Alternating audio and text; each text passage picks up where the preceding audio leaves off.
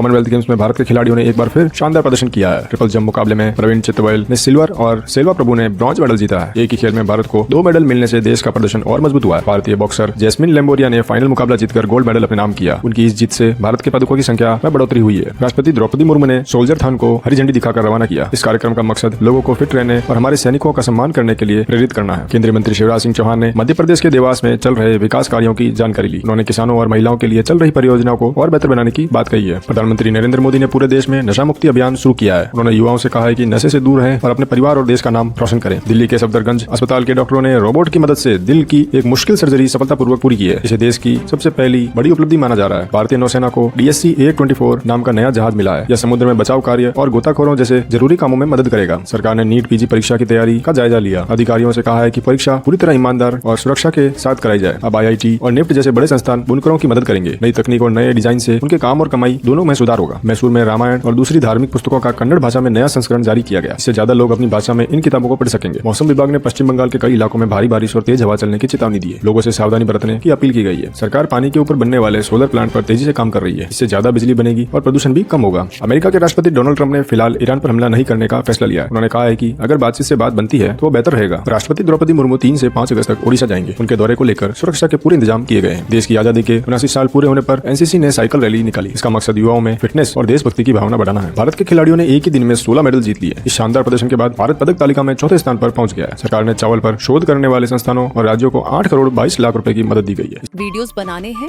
Filmora है ना।